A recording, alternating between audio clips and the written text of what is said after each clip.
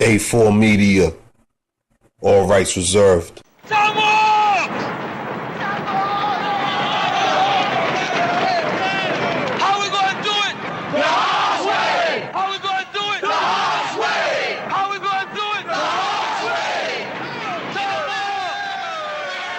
Hello?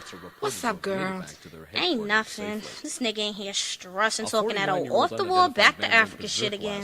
What, that guy body shit? Yeah, that dumb shit. I'm trying to get up out of here. I hear that. But you're not black. Remember, we only kill black people. Yeah, we only kill black people, right? They don't look like Indians to me, and they don't look like Indians to Indians. They don't look like Indians. He gonna get this work. He gonna get this work. He gonna get this work. Got no strings. I've got no strings, so I have fun. I'm not tied up to anyone. They've got strings, but you can see there are no strings on me. He gonna get this work. He gonna get this work.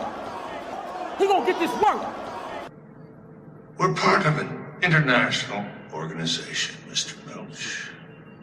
Some of the greatest thinkers in the world who believe social scientists must be allowed to study human behavior unfettered by conventional concepts.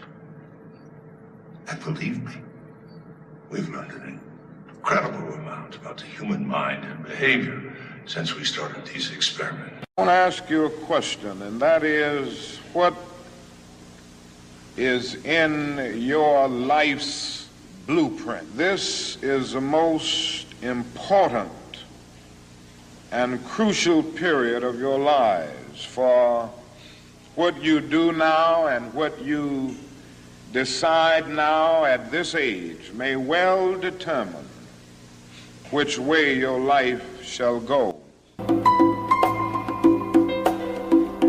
I wanna know what's going on, baby. Yes, I wanna know what's going on right now, people. Oh, what's going on, brother?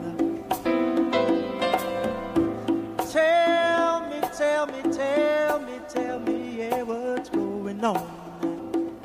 All right.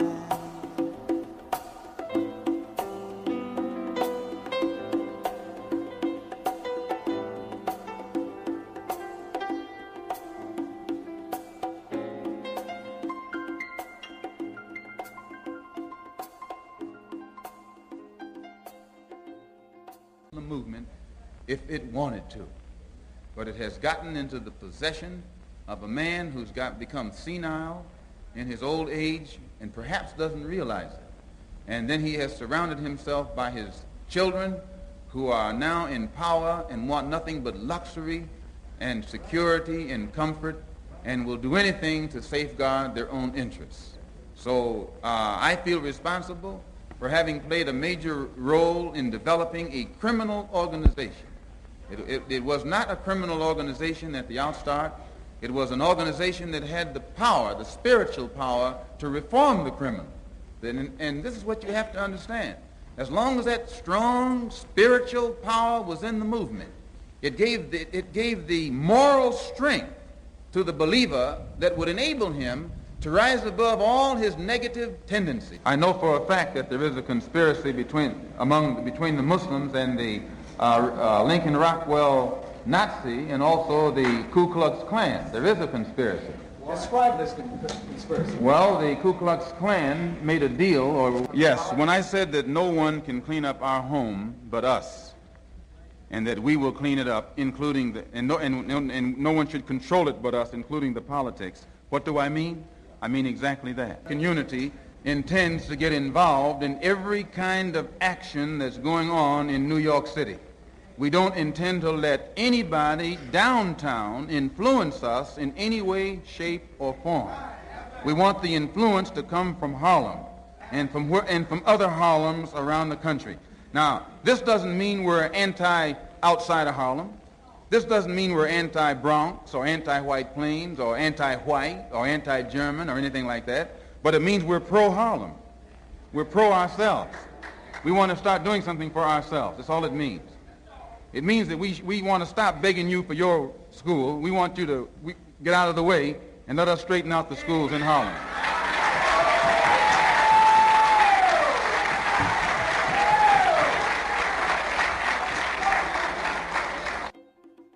He gonna get this work. He gonna get this work.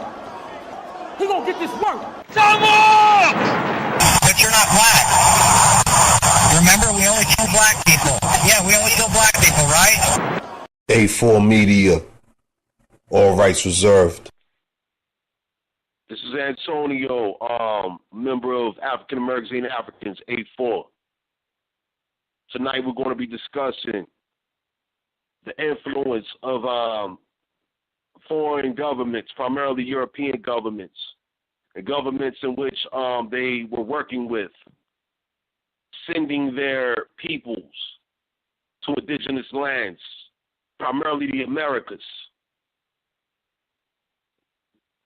I hope you're listening tonight. I hope you got your notepads ready. Hope you got your Google search engine ready so y'all can get with this information that we're going to be revealing tonight. Much appreciation to African Americans and Africans platform, African Americans and African Facebook, African Americans and Africans radio, and etc. All the members. Every member of African Americans and Africans Facebook, absolutely. You know who you is. You know what you be doing. Let's get this good work in. Coward season is over. Let's get it in. First, I would like to thank and acknowledge the many great storytellers such as Alex Haley and many others before him. Currently, we have many more of these Alex Haleys that are members of various criminal syndicates. Alex Haley being a member of what I call contract whores, those that chose $1 over dignity at the expense of our great people. They have plagiarized, lies manufactured, fallacies, inaccuracies, fantasies to support the criminal agenda of colonization, assassination, murder, rape, genocide, identity theft, and artificial criminalization, demonization of our great people. All right? It's a lot of them out there. Got people paying cable bills every month. You paying to see the breeds of these Alex Haleys. You paying to see these criminals. You paying to listen to them. Deal with the facts and the truth. The Europeans sent their worst to the Americas, following the Spanish, Italians, Latins, and their expendables, who were composed of convicts, criminals, soldiers, and slaves. Generally speaking, these people were mercenaries. Following their war and expulsion of the Moors / Europeans, Negropeans, okay, who ruled them for over 800 years. Yo, hello, I'm hearing some feedback in the background. What's going on? These Europeans, following this war, took over all aspects of commerce and trade while subjugating those who they considered and defined as Moors or Africans and black. Black is also Negro, Negro in Latin terms, on the dialect of these people that speak this romanticized language. All right? As these were the age-old oppressors to those Europeans. Feel free to reevaluate Europe's dark ages, where peasants were purely dependent on their rulers while living in the most despicable of conditions, which they intend for our people right here, right now in the Americas, as you see in real time. European governments saw Aboriginal indigenous lands as penal colonies. The 13 colonies everyone know about? The 13 colonies? Yeah, those are penal colonies.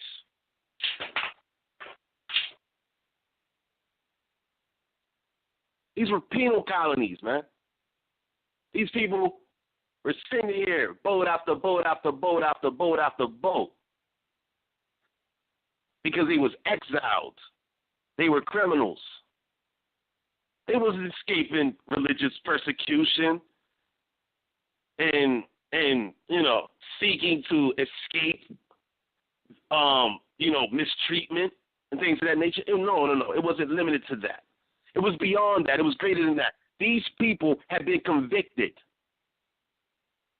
They were sentenced to death and given the option of death or go to the Americas. But this was a multi-pronged strategy here, multifaceted campaign and strategy to maintain their caste system and further colonization while pillaging the resources of our sacred earth. In this radio show tonight, we will be presenting a discussion how it happened and what we will make happen together. Difference being we are not them and they are not us, the royal heirs of the Americas. Coward season is over. Before we proceed, we need the listeners to have key definitions in mind. Also, if you are a member of African Magazine Africans Facebook, these definitions will be provided for you, as well as source text and references for you to research for yourselves. I'm not here to convert nor convince. Know this. These Negropeans will sacrifice a few of their own as well as new members, paying dues to reap from the masses their foreign desired results. Let's get into these words real quick. Penal, large-scale implementations of penal labor include labor camps, prison farms, penal colonies, penal military units, penal transportation, or aboard aboard prison ships. Next word, satire, the use of humor, irony, exaggeration, or ridicule to expose and criticize people's stupidity or vices, particularly in the context of contemporary politics and other topical issues. Propaganda, information, especially of a biased or misleading nature, used to promote or publicize a particular political cause or point of view. Next is comorbidity, the simultaneous presence of two or more chronic diseases or conditions in a patient. This ties into the treatment of peasants, convicts, prisoners, slaves, soldiers. Now let me get into this as well. We got a lot of people that want to talk about Indians owning slaves.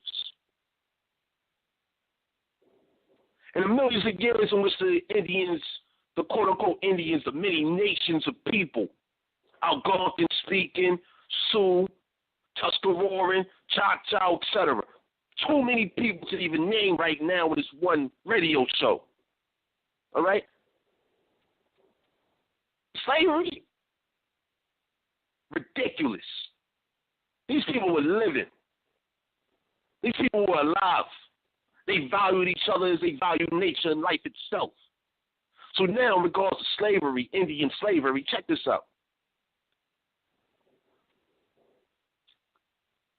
Our ancestors saw these arrivals, these people arriving to our land in these boats, in these ships. And they was asking themselves, just like you ask right now when you see strange people arriving in your neighborhood right now, they was asking themselves then, what the hell is going on?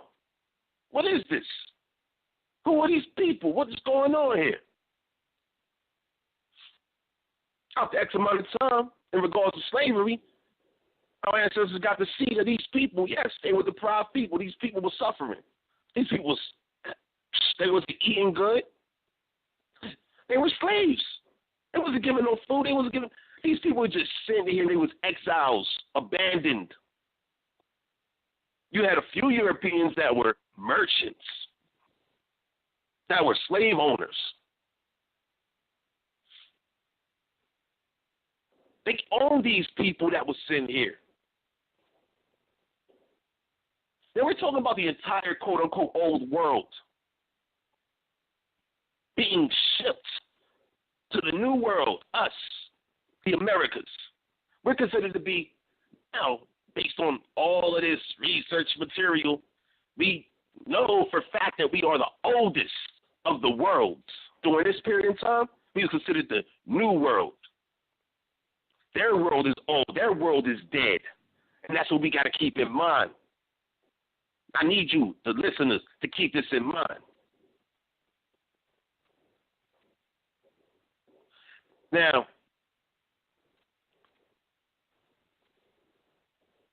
when our ancestors seen these people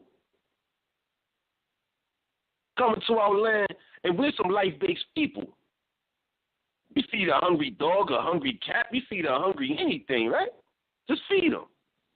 You want them to live. We don't want to see anything suffering. Why? We're dealing with abundance.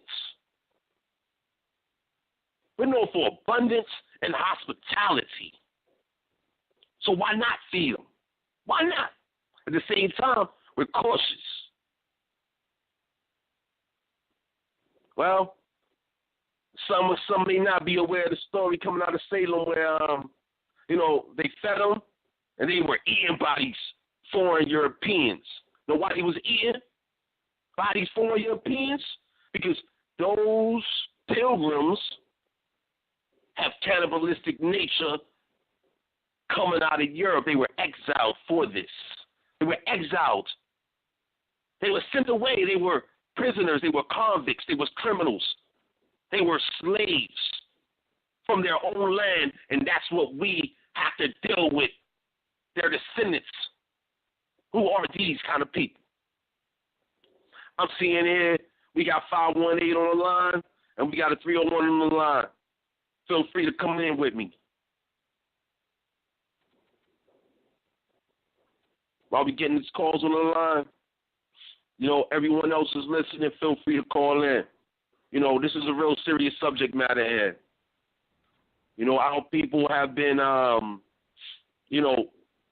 given a whole lot of good stories. They sent some of the world's best storytellers right here to our land, the Americas. They sent them here. What's the purpose of telling stories?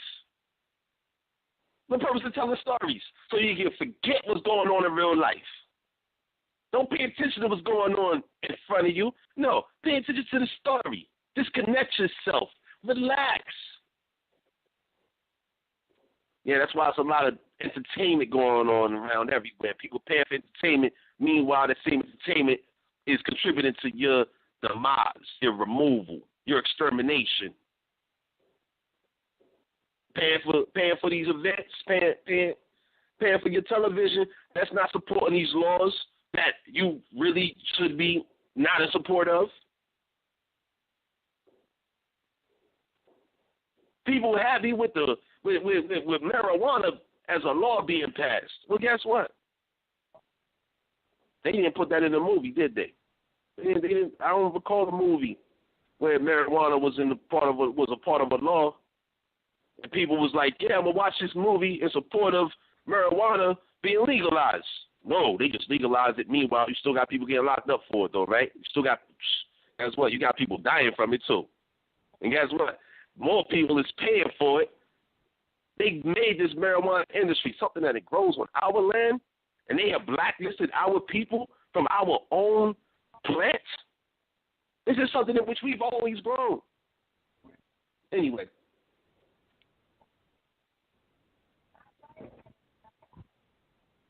This is why I say kill your TV. That's why I say kill foreign support, kill foreign aid. That's why I say cow season is over. Is anybody on the line? Yeah, I'm on. Safa, how you doing, my man? What's up, bro? Yo, are you aware that there was a ship called Success, a British convict ship called Success? No, I'm not familiar with that. Yo, how would you feel knowing, like you over there in Maryland, right? Like, my people's from Maryland, D.C., Virginia area, you know what I mean, all up and down the East Coast, where the 13 colonies is, right? Where they were, right? Right. How would you feel knowing that there was ships called Success That's just one ship, by the way. And this ship went back and forth from the 13 colonies to England, bringing convicts over. It was a convict ship. How would you feel knowing that? Well, yeah, I did know they were bringing convicts. I just didn't know the name of that exact ship. So yeah, I mean, it's not surprising when you understand the operation. You know, that's who was getting the ship. You know, obviously it's not a good feeling because, like I said again, you know, it's their descendants or whatever, the people that you're being raised around, and some of the people that help forming how this land is being run today. So, that's an issue. You know, they didn't even participate in what the hell was going on in their own land. So here they go coming to somebody else's shit, and then now they doing this. You know, so. Well, you know, let's add this to the equation, man. These are some of the most arranged people in the face of the planet, man. They had an abundance of these people. You know, they not only do they ship them here to the Americas, they also ship them to Australia, which is another penal colony. Honestly, I didn't even know Australia was a continent, man. I thought Australia was like a big island. I didn't know it was a colony. I didn't know it was a continent, my man. Yep. I never seen Australia. Like, you know, when you look on the map, Australia's like, okay, that's a place there. Australia, from the map perspective, it looked like, let's say, as big as Virginia or California or something. Like, it's just a faraway place. Mm-hmm. It didn't look like a continent to me. But to come to find out, the British shipped off their worst to all these different places. Guyana being another one. You know, Georgia was exclusively established to be a penal colony also. Have you heard of that? Yeah. Yeah, you know, it was news to me, my man. You know, I didn't learn this in grade school. I can imagine, Yeah, my mother's family's from the area, so that's why. Wow. You know, I couldn't imagine a mother and a father, you know, having this kind of awareness, sending their children to, you know, school led by the descendants of convicts, foreign convicts. I couldn't imagine that. Does that make sense? No, it definitely doesn't make sense at all. But it's happening, though, right? How's it happening, my man? Well, it's happening. Is there unaware? Yeah, I would say that. I guess the thing that stands out to me when I look around is that people these days, especially us, and we're going to be talking directly about us, we have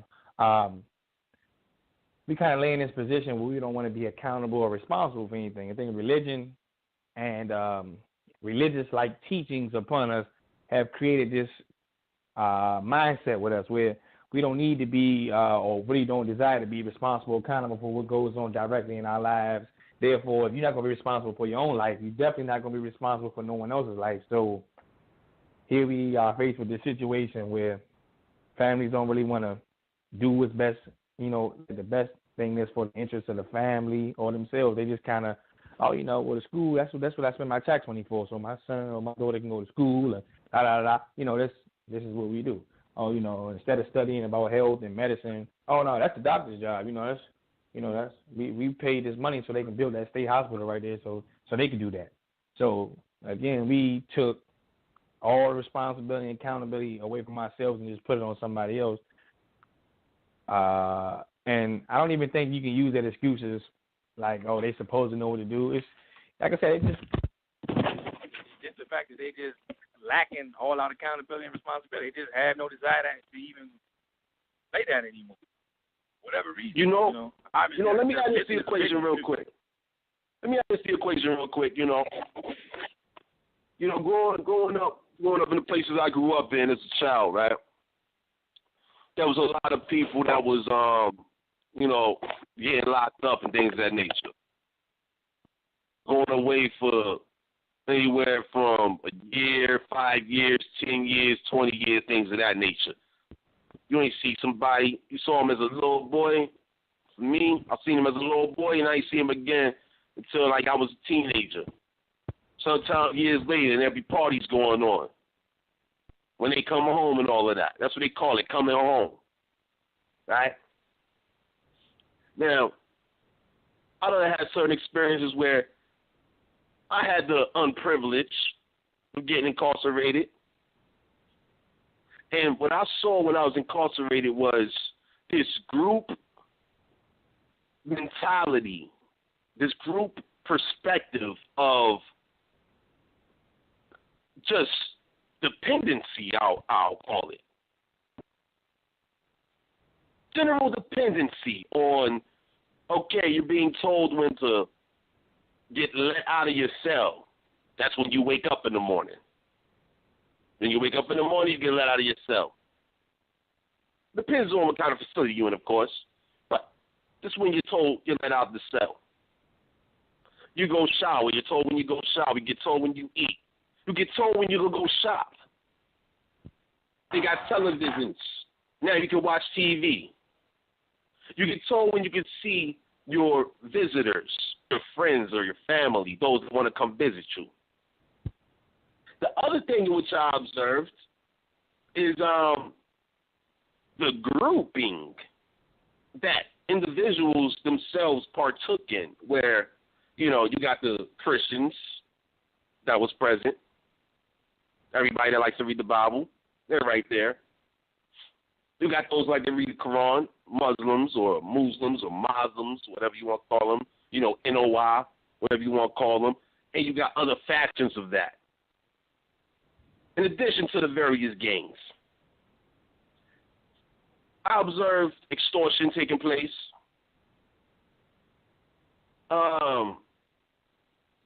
Fast forward, I come out, you know, I'm home, if you will. And now I'm having a reality check here. I'm calibrating. Whereas we have blacklists of, you know, quote unquote, a white man can get a job quicker than a black man, right? They know each other. They see each other. They recognize each other through their grouping. Meanwhile, we blacklist each other. You gotta know somebody that we know in order for us to allow you in. We just can't see you as being one of us. No. You gotta know somebody that we know. And this is that convict thinking. That's what I'm alluding to right now. This convict psychology, whereas you're adapting to a confined environment where it's survival of the fittest.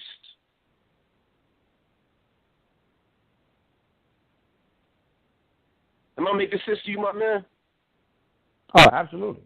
I know all about it. Yeah. So, like, in regards to what I just said there, I mean, how do you feel about that? I mean, can you elaborate or can you share your experience?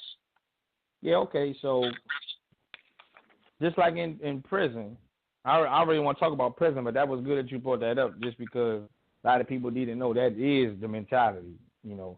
But even when you look outside of prison, basically all of these inner communities in all the urban areas, they all have that same mentality. It doesn't matter if they're in prison. They're in prison in their mind. So they all display those same activities. It's almost like basically our programming, our so-called culture has been programmed. We don't really have the culture of our ancestors anymore. That doesn't exist. This whole so-called black culture, that doesn't even exist. That is something that's been created by someone. It's like it's been strategically planned out and slowly incorporated into you, and you just display it based on, you know, how they projected it to you. And yeah, you know, everything that we display out there, you can just see it. It doesn't matter, especially now. No matter where you go, doesn't matter what city, it's all the same.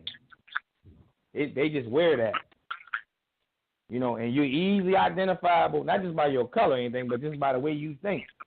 Obviously, when you start to elevate yourself away from things like that, you really, really see, how bad it is. When you growing up, like you said, when you grow up in that type of stuff, it's kind of normal, it's whatever. But as you become an adult, or even that, even an early adult, you start to separate yourself and you elevate your way, your perception, and you look, and it's like, okay, you can easily see what's going on here.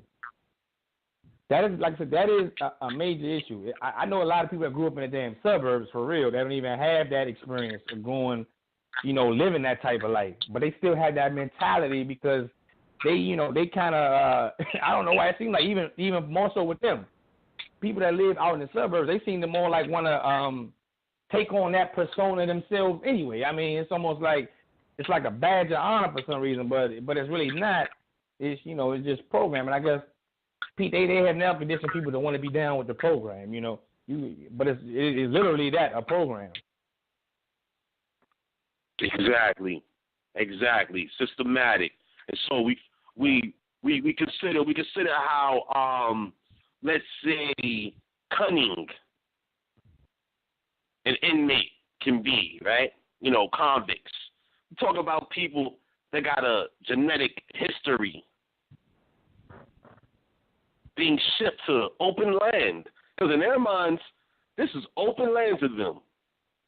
Our ancestors just alive and well doing what they do, hunting, living, building, they doing whatever they doing, man. Everybody's happy, everybody's cool. These foreign deprived people come in, being deprived, being psychologically damaged as they are, and they saw a great opportunity. Tremendous opportunity. And they already grouped. Hello? Gentlemen, hey, it's Hadassah the Phoenix. How you guys doing tonight? What's good? How you doing? Hey, what's going on, Hadassah? Well. Hi, Safa. How are you? All right. Great topic, Antonio. This is in the vein here. Definitely something that our people need to take a look into, so they can see that the first people that were here were the Earth's worst. The first invaders that came here were the absolute Earth's worst. And you have to, you did a good job by linking the connection with the other people in confederacy with these Europeans, the Negropeans, you referred to them, particularly the Moors. And you can see how similar they are with the cutthroat. Now, I don't know about the cannibalism as far as the Moors is concerned, but absolutely some of the most savage things have come from the people who currently still oppress us to this day. You touched on Georgia. I think I read that Georgia was their first shot at, it was either the guillotine, you were getting hung, or you had to go what they called transportation. And the transportation was to be the indentured servant on one of the colonies. I believe Georgia was first, and then certainly went to the other plantations that were settled by the Europeans, where they had the Irish and I believe the Scottish also to come and work it off. I think we were discussing the movie, what was it, with Gary Cooper, The Unconquerables. Oh, Unconquered, the movie Unconquered. Unconquered, the movie Unconquered. And in the first 5 minutes, you notice that the woman, her brother was ill. He had clearly committed a crime, and the British Navy came to address him for this crime, and they came to arrest him. He was on his deathbed, and the sister assisted him in trying to evade them, and she actually killed a naval officer. So they offered her to hang publicly in front of everyone, or to get to participate. By the King's mercy, he was able to have her give her an option, and the options were to either hang in front of everybody in the public, or you can go and be an indentured servant in the Americas. And she opted to go to Virginia. And she was to be sold there to whoever had purchased her, and this is the story that they feed us, but this was what was happening to them. Let me ask real quick, right? That was a London court, correct? That is absolutely correct. And it was also under King George, yes, who was also in the British Museum of quote-unquote black male. Yeah. I don't know if anybody's ever seen a picture of him, but in the British Museum, there's a picture of a man that looks like George Jefferson, not George Washington. And he's listed as King George III. So I think that says a lot. The town that the first incorporated village in Virginia was after Jamestown. The first incorporated town was Bermuda Hundred. And I have ancestors from there. And when I think of Jamestown, it dawned on me again, we have another so-called black person, royalty, House of Tudor and the Stuarts. And also he's responsible for sending the earth's worst to our lands and promoting exactly where we are today, hundreds of years later. I don't think our people make the connection how off the beaten path that is. How does it not ring as strange fruit to us? It's not even a picture in our mind, the people that look like us that have these strategic, collusive efforts to keep us down and to usurp us and take our land, as they've always tried to do. And I think that these are some of the things that people need to certainly pay attention to. It's definitely an interesting topic, and I don't think I've heard anyone speak on these things. And definitely not in the detail that you have been able to provide the audience. I just want let me add real quick. Let me add to what you're saying real quick. Right here, this is a quote. I just posted a quote in the Facebook group. This is a link to Penelope.uchicago.edu. All right, I just posted it under We Are Live Now. Call in. Whoever's listening, you can see it. See the post up in the Facebook group. Now, in 1769, Dr. Johnson, speaking of Americans, said to a friend, quote, "Sir, they are a race of convicts and ought to be content with anything we may allow them short of hanging." How should we interpret that, right? These people deserve to die, right? Right. In 1769, and mind you, during 1769, I mean, we can trace different events that were taking place as far as warfare between, quote unquote, the Indians, our people, and all these foreigners that were arriving. Now, in regards to warfare, if you had some strange people coming to your land doing some strange things, would you not be fighting with them?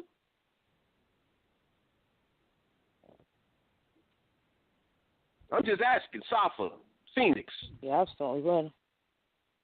If you had some strange people coming on your land doing strange things, I mean, whether they're stealing from your land, they are, let's say they just randomly kill a deer and they just leave the deer there. They just took the leg of a deer. They just left it there, attracting all kinds of vermin. Like, nature does what nature does, but these people, they don't know the ways of the land and this, that, and the other. They just doing strange things. And it's like, whoa, what's going on here? Right.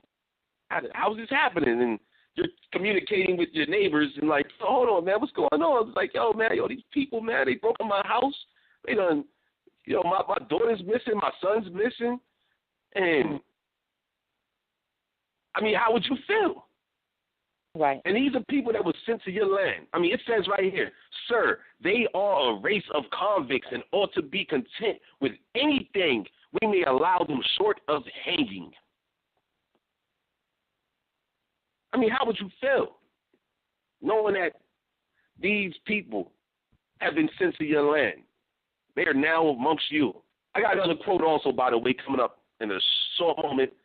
Feel free to share how you all would feel, knowing that this is what our ancestors experienced.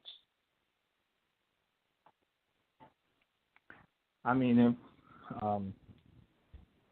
yeah, like I said, it's definitely not. He doesn't leave you with a warm feeling, to say the least. I mean, that's right. Warm feeling, right? I mean, I'm just saying, Anything but that. Right. So, I guess, when I try to look at the situation, I realize that our ancestors, they were involved in different forms of commerce. They did a lot of different things. And it's by the nature of dealing with people from certain lands, this is, I guess, what happens. Not saying there's a right thing or a wrong thing, but it was a thing, and I'm sure they tried to, I guess they tried to remedy the situation the best they could, but one thing I do know for a fact is a lot of us help perpetuate that whole cycle right there, allowing them to be in a position they shouldn't even have been in over here because, if anyone doesn't know by now, like you said, these people coming over here, they came over here for one reason. I mean, 95% of them, they came here as property. Slaves, prisoners, convicts, things like that. They didn't come here, most of them didn't come here for no other reason. So how they ended up in a different position, obviously you don't come here with a group of people where you outnumbered by the damn millions, if not billions of people, and you end up in a position where it's not perceived that way. You got to get help from somebody that's here already. That's just, you just can't haul your way into that. That's right, and that's what that goes into right there, my man. But this is something that I want to get into in regards to, further into the show. These are criminal syndicates and organizations. This is the organized crime at its finest right here, my man. Right. One criminal bringing in another criminal coming from their country. I was doing some research and I came across the Russian Gulag in regards to penal colonies. Siberia was a penal colony. And people want to talk about the Siberians and Mongoloids that came across the Bering Strait and all of that. No, that's a beautiful story, but right. That's not really what happened there. No. These people were exiles. They were convicts. They were people without a land. They had betrayed the land in which they was on, so they got sent out of it. Right. Yeah, that it is true. Obviously, in Siberia, they got a group of people called the Evinks, and you got then you have a group of people that are here in the Americas called the Micmac. You ever heard of the Micmac? Yeah. Okay. So the Micmac and the Evinks are like the same people, just different names. But whenever you see anybody traveling like with a so-called fucking teepee, hey, that's a nomad house. It's like a camp. You go to get the camp equipment, you pack up and you travel with it. Exactly. That's teepee. Because that shows that you're not stable in living. You're just traveling from place to place, trying to, stay somewhere here. And, it seems like it's warm enough for me to stay here for a couple of weeks, and I'm going to go ahead and go see what I can get. So in Siberia, the Evinks, they wear the same clothes and got the same traditions as the Micmac here. They're the same people. They just, in different parts of the world, they got a different name from whoever. But yeah, they running. Yeah. They got no stability. They got no civilization. Safa, let me I see right here we got two calls. We got an 813. Is the 813 available? Yep. Hello? Hey, man, I like your energy, man. I like your energy. But a lot of our people need to understand that, before the United States Corporation set up in 1779, you had the Continental Congress and stuff like that. There was Negro Europeans. They was trying to get us up out of our country. And you had the American Coronation Society. They was trying to get us to go to Africa too. So we don't have people that look just like us has been trying to boot us up out of our country, ever since they came here. The Negro Europeans with the Caucasian Europeans, they've been trying to get us out of this country. And, a lot of our people need to get out this Pan-African bullshit, because you had a guy named Garvey. He was trying to get us. Yeah, he was trying to get us in Africa too. He was trying to send us to Africa, but he didn't want to go to Africa. He was trying to get us to migrate to Africa. Let me ask you, because initially you said the U.S. corporation, correct? Yeah, 1779. Okay. Exactly. So in regards to the corporation, is it not a corporate activity to enslave people, to imprison people as workers? Because that is what has happened with these penal colonies, as they see not only the Americas, but as well as other regions of the world. India, this place called India, which is really Hindustan or Bharat, this was also a penal colony. It was a British penal colony as well. So we have to have a awareness of these merchants and their companies, their business of enslaving people. Cole, I would like to thank you. We got another caller as well. I'm not trying to disconnect you. Feel free to stay on the line. Let us know if you want to get back in.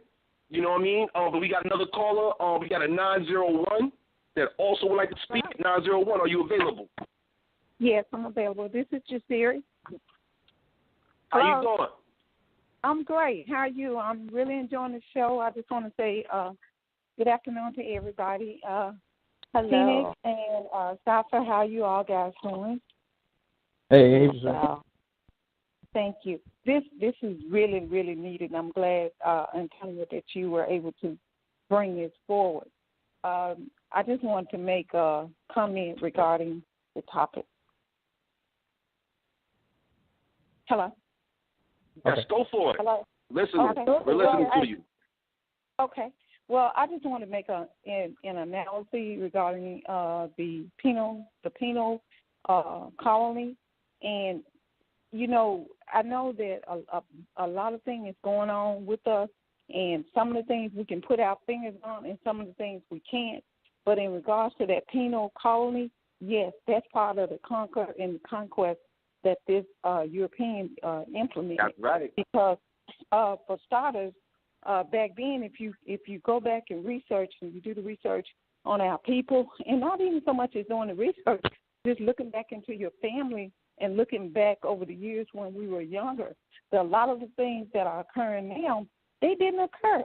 And the reason why they didn't occur is because our people back then, they were more in sync with the earth. They was more in sync with nature. So those things that occurred, they wasn't, every now and then you would hear tell of someone that was homosexual or gay or what have you, or someone might, hurt another copper-colored person, but generally you didn't hear a lot of that because we were more in sync, and therefore they wasn't able to invade our minds as they are now. But being the fact now that we're so far and detached from who we are as a people and as a collective, they're able to, they're able to rise up because they got so many empty bodies and minds that are not attached. So now it's rampant. That's why you see the killing. You see things that just, the scum of the earth. And, yes, Sherry. We're gonna, you just touched on some very key elements here. Genealogy 1, all right, these are descendants of criminals. That's one variable. The other variable is a psychological condition associated with these people that were allowed to procreate. All right? We're going to be getting into that as well. All right, this is the first hour of the show. We're 45 minutes in. Siri, please stay on the line. If you can, feel free to call back in if you have to disconnect or what have you, because I know that you are a genealogy consultant and you provide genealogy services.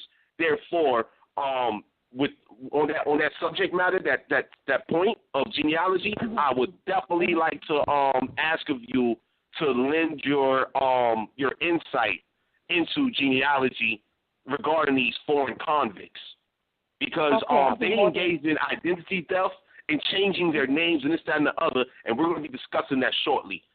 We have a 610. We have a 610 caller on the line. I definitely want to take all callers.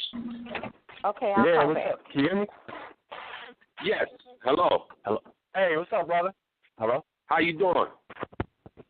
Good, man. Hey, man, great show, man. You know, this is Don calling from Philly. Okay. How you doing over there? How's Philly looking? Good, man. What'd you say? How's Philly looking? You dealing with a lot of convicts out there? Cold. Yo. Hey, man, it's cold, man. That's how it's looking. Okay, it's cold over there. Yeah, okay. The convicts ain't going crazy over there? The foreign convicts ain't going crazy? Yeah, man. Wait, my bad. Say that one more time, bro. I said the foreign convicts, they going crazy over there in Philly? The foreign colony? Oh, hell yeah. What? The foreign, man, they're trying to make Philly into... Pennsylvania, that was along the shoreline. That was a part of the 13 colonies. Oh, yeah, 13 penal the foreign colonies. convicts, I'm sorry. Yeah, Yeah, they're 13 crazy penal out colonies, here, man. Pennsylvania was one of them. Yeah, exactly. I'm in the Lenape territory, Saucy Mahine, man. Lenape Hawkins. Wow, yo, that's what's up, man. So yeah, feel free. Yo, my bad. Let me shut up and go for it, my man. Oh no, it's all good, bro. So look, I just wanted to touch on that whole Native American Siberian thing. Hey, also look up the Nanette people of Siberia, Nennets. Yo, they got whole entire documentaries on YouTube of them. Like you can see them making the TTs and everything. It's crazy. So yeah, the only thing they brought to North America was the TT, man. That's it. They frauding, you know. They definitely frauding. Yeah, I know about them. I read about them before. Yeah, I'll come that's all I wanted to across say. various information myself. Generally speaking, static people, man. Like, the question is, why have they not set up something of their own? Why not? I mean, the earth is abundant. The earth provides. Right. Why not appreciate what's provided for you? In my opinion, there's a psychological, and I would say genetic psychological issue and condition which prevent these people from being content with what they have. That's what I would say. Right. I'm not a psychiatrist or a psychologist. That's not my role.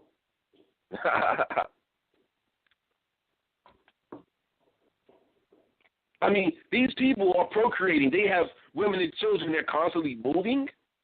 That's not healthy for that of a child. A child, you would like for the child to be able to, experience life, stability.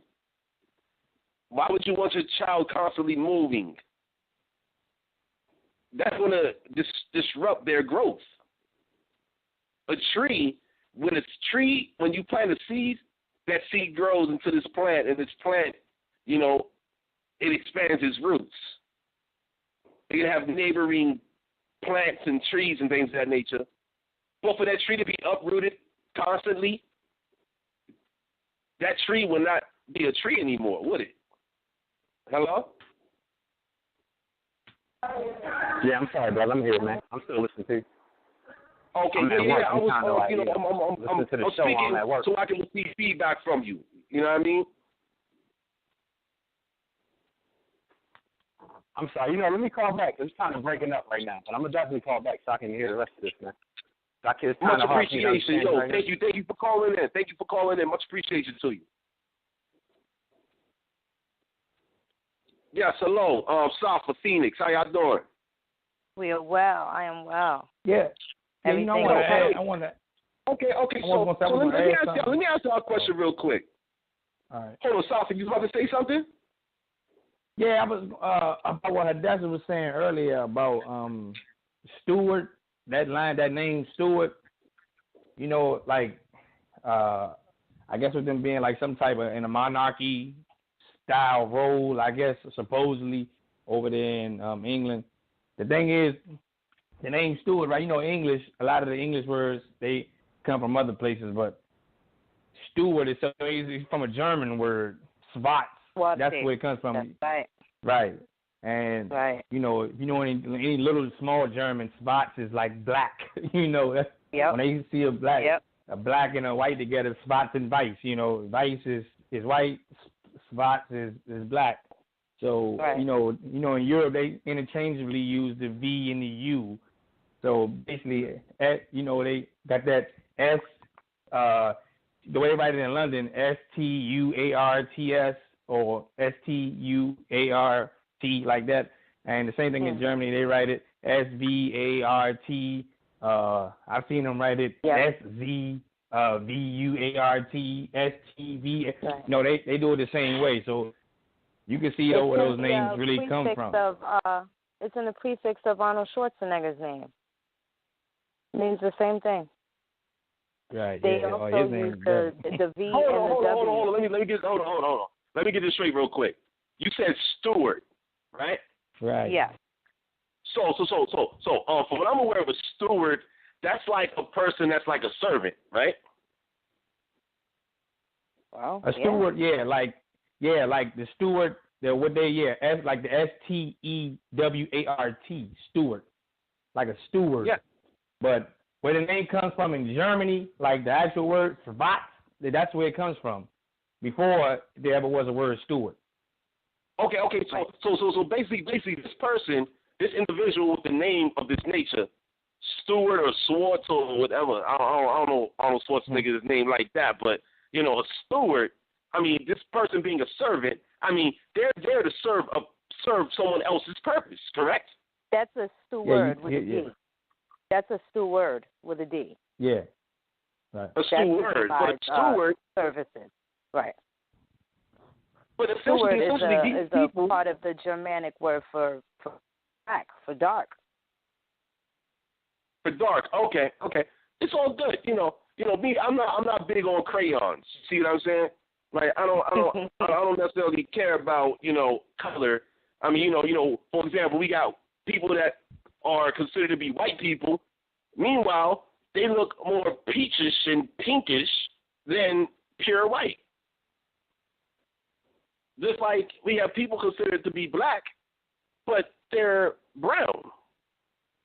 It doesn't make sense. I mean, we're talking about, I heard, I was saying to one of my colleagues the other day, I'm like, how is it possible that people can perceive others through the lens of a dog when they never look through the eyes of a dog? Dogs are said to be colorblind. How do we know that a dog is colorblind if you have not put on the eyes of a dog? Seeing the world through black and white lenses. You see what I'm saying? Right.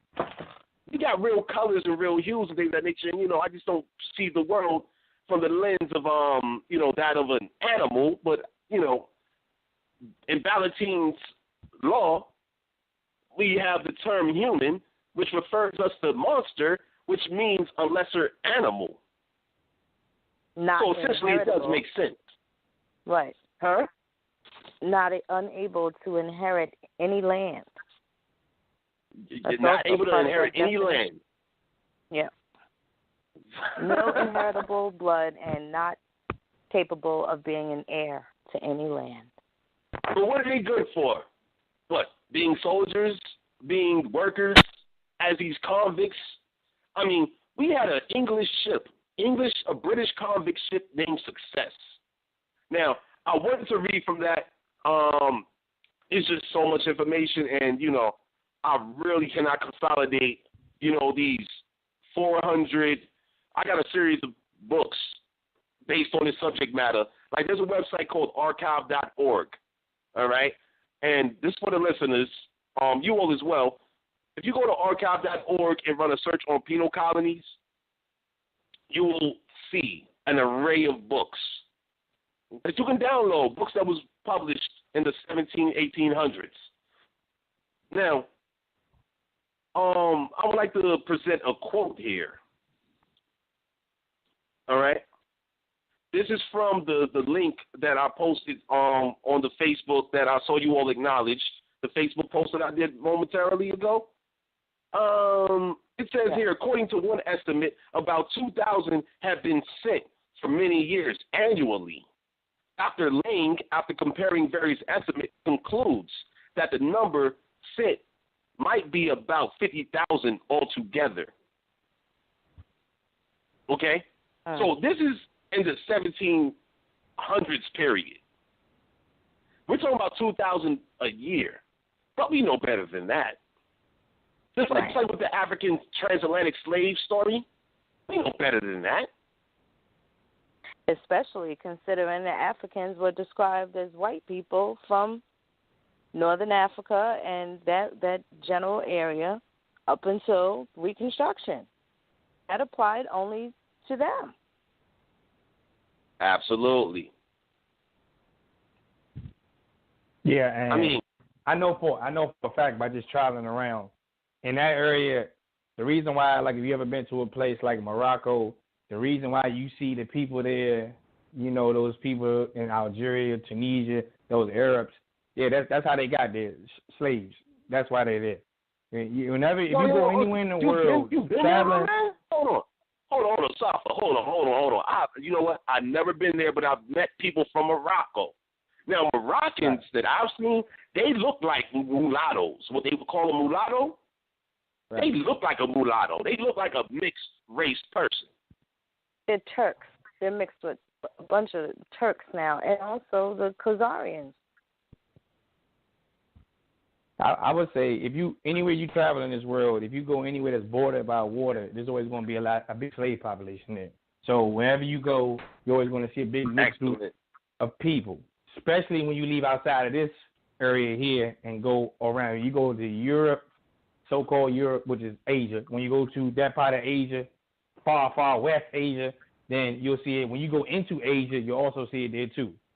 You know, a lot of what goes on, too, is you can't look at maps because maps are definitely drawn to distort your perception of reality. You cannot go off anything you see on the map because things are purposely left off maps, purposely. Obviously, if you did traveling, you would know that there are a lot of islands that they never show you, a lot of places that are out there that don't exist on the map. There are also little small islands that you can canoe hop to from Asia and Europe to come right here. So it's not, there's a lot of things that are out there that people just don't really know about. They're not going to put it on the map, obviously, because people told you a lot of damn stories. People really do not have a scope of geography.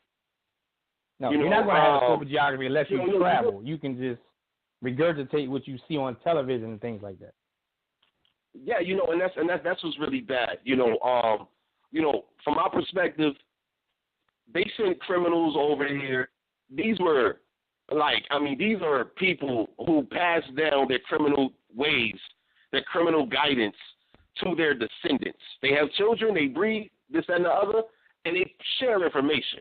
Imagine a father being a killer and a mother being a thief. That child is going to learn the best of both.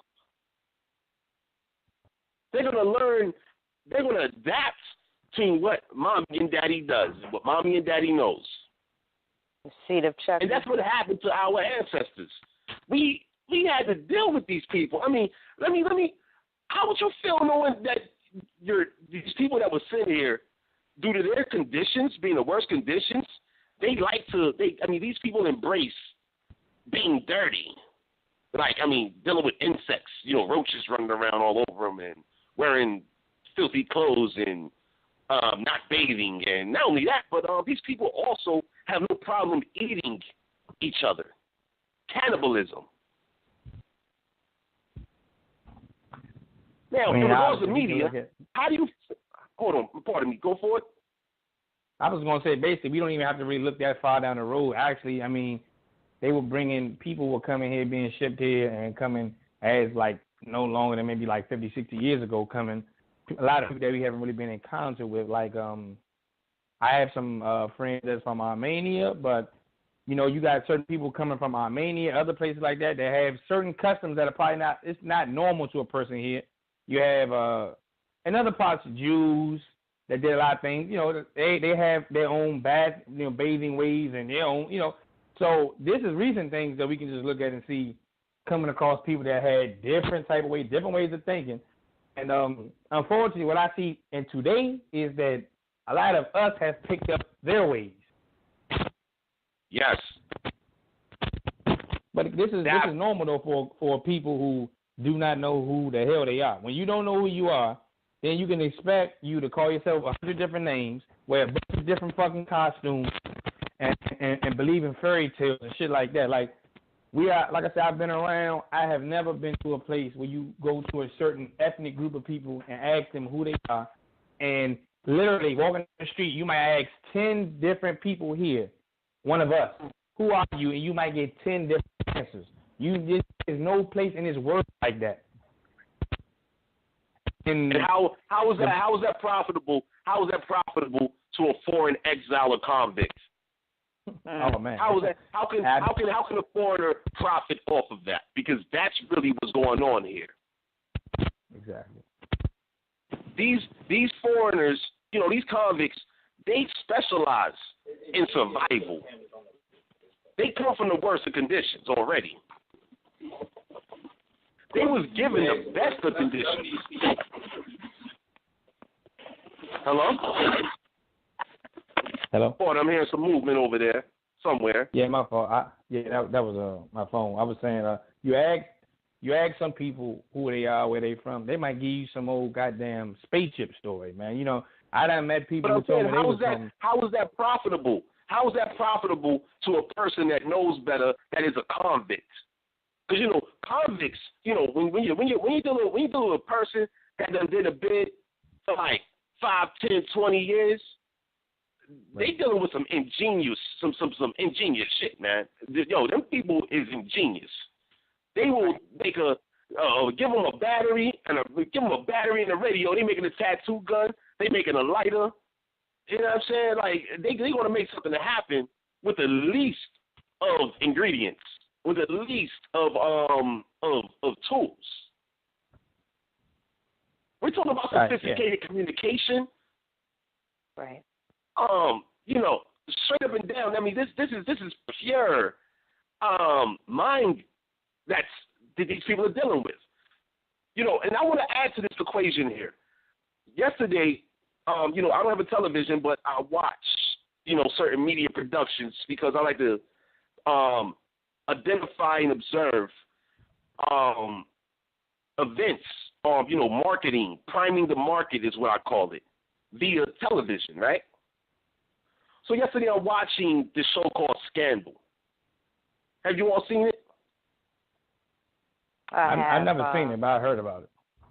Okay. Yeah, so in the show called Scandal, all right, without getting to the background of the show, anyway, let me just say the producer of the show, her name is Shonda Rhimes, okay, and she's a member of a sorority, okay? Anyway, in this show, they had these two characters, two Caucasian, European descent males that are playing gay actors, or they have gay characters, homosexual characters, okay? Now, these two lived in a home together. They lived in a house together, and they had a quote-unquote black female child, which they obviously adopted. Okay? So it's two gay males raising a quote-unquote melanated child. Female child, by the way, all right? Now, we're talking about these are descendants, 9 times out of 10, are descendants of convicts, foreign exiles and convicts. Okay? And they're playing these roles. They've been hired. They are a part of the profession of entertainment, of acting, and things of that nature. Anyway, going further into the to this story here, there was one of these gay males of European descent met with another gay male who is a super killer. This dude is a government agent. Has had a relationship with this government agent who is a homosexual and killer. Now, back to these convicts. Their ancestors came on a British ship called Success or whatever other kind of British ship. A convict ship, a slave ship. Mm-hmm. Now, These are the people that our people have been amongst because they were sent here for a very long time. And these are their interests. They have a different perspective of life than we do. Very different perspective of life. You know, I consider the education system, right? What do we see this week? What I saw this week, rather, is there was a woman in the state of New York. She was homeschooling, and she was arrested for homeschooling. I think it's criminal to arrest a mother for providing guidance and instruction for their child. I think that's criminal. To arrest a mother for providing instruction and guidance for their child. Right. Not being a dependent. So it's from my perspective, criminals have criminalized natural ways. That's what's happening from my perspective. Right. It's and then criminal. the unnatural is glorified and praiseworthy. Yeah. Now let me ask you, Phoenix, you're a mother, you're a woman. Shafa, you're a father, you're a man. What have you seen? What have you experienced as far as, that which is unnormal from your perspective? And at the same time, what can really be considered criminal? Because if it's abnormal, if it's abnormal, I'm not going to say it's criminal in essence. Well, the food. I can just start with the food. Being afraid to eat anything. That's completely unnormal, and that's savage. That we have a Food and Drug Administration that is supposed to be an agency that is for our safety, but actually, as it turns out, it appears that they are here for much to our detriment. Can I add to that real quick? Absolutely. In regards to food, you heard of the corporation called Monsanto, correct? Absolutely. Okay, so in regards to Monsanto, are you aware that Monsanto also, back during the days of Vietnam, they were the manufacturers of Agent Orange? I do believe it wasn't at the top of my mind, but I have heard that. I have heard that before. Okay. So in regards to these foreign convicts, right, and organized crime, right, these corporations, do you see the connection with organized crime syndicates? Yes. And I also see the connection as to them being the same families, passed down generation to generation. This is what they're doing. They're keeping the wealth amongst themselves. It doesn't strike me any such thing as a new billionaire or a new family with old money. Hold on. Let me ask this question here. Hold on, Safa, you want to say something? People need to understand that. I think these are the same families. I can't foresee a new billionaire having old money. These people have already been in place. They may pass another face down, and maybe you don't know I'm related to the last two families that have been in rule. They keep it amongst themselves. These are things that they descend to their heirs that we have no idea. The Rockefellers have planned for 10 generations that they're never. We got two callers. We got two callers on the line. They're coming in a moment. I just want to ask a question real quick. Now, in regards to these criminal syndicates, right? These people were sent here as criminals. Now, let me ask you a question.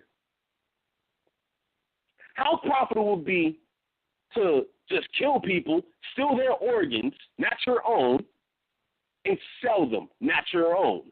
You're killing people to remove their organs and sell them now. You know how profitable that is? We saw a video earlier today, right? Somebody posted in the group coming out of Jamaica. Right. A member introduced what happened with the young man down there in Georgia, which was a penal colony. In my opinion, remains a penal colony, as all the United States of A is penal colonies. Right. Right. How profitable is it to poison people, to kill people, and etc.?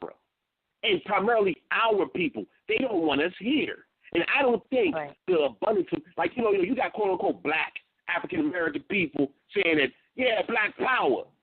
And they don't, white man this or white man that. Meanwhile, they are unsuspecting of their preacher, reverend, lawyer, doctor that look just like them, who are in cahoots, that are co-conspirators in this criminal organization that is all around us.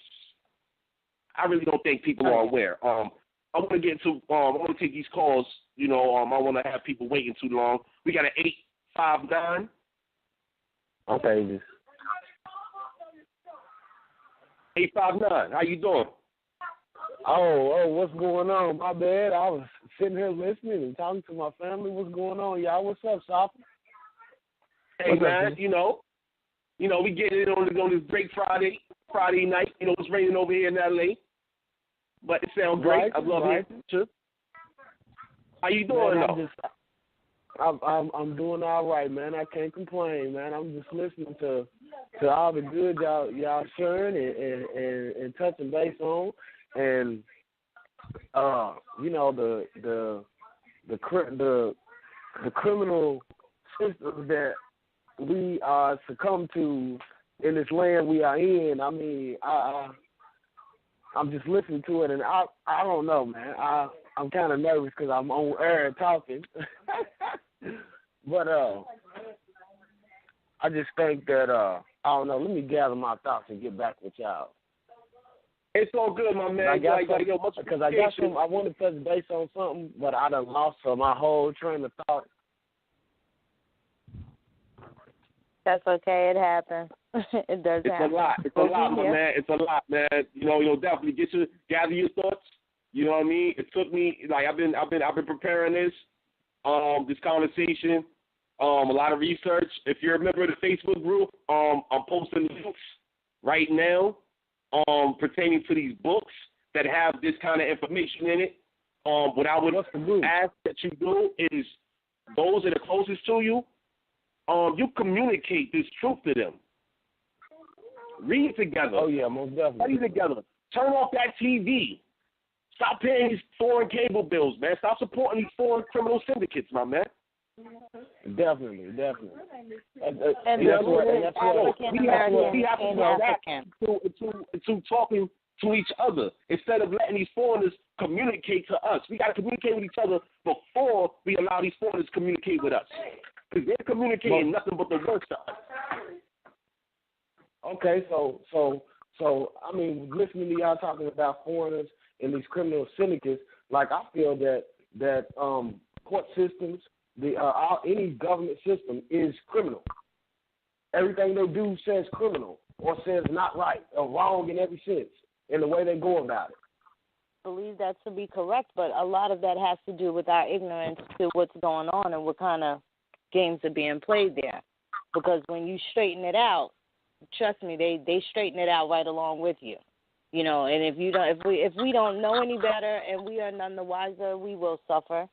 That's what it's set up for. And so at this point, it's best for us to turn the TV off and see what's going on in these areas, because these venues are designed to hold us back, and it primarily affects us. It's not that we are the only ones, but it primarily affects us, and that is due to our ignorance as to what's going on.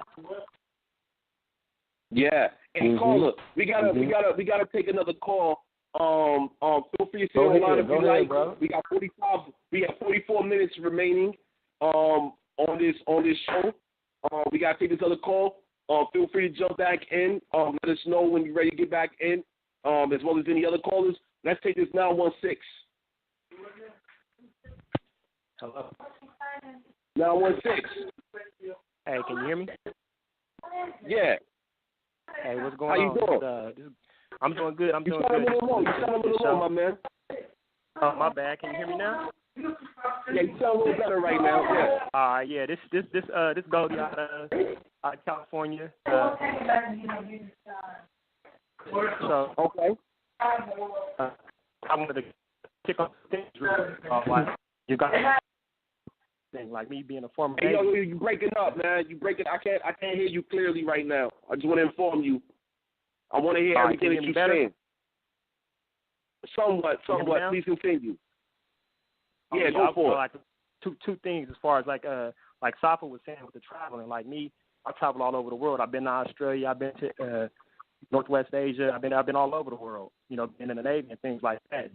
Like Sister Phoenix was saying, the only niggas that call themselves Africans.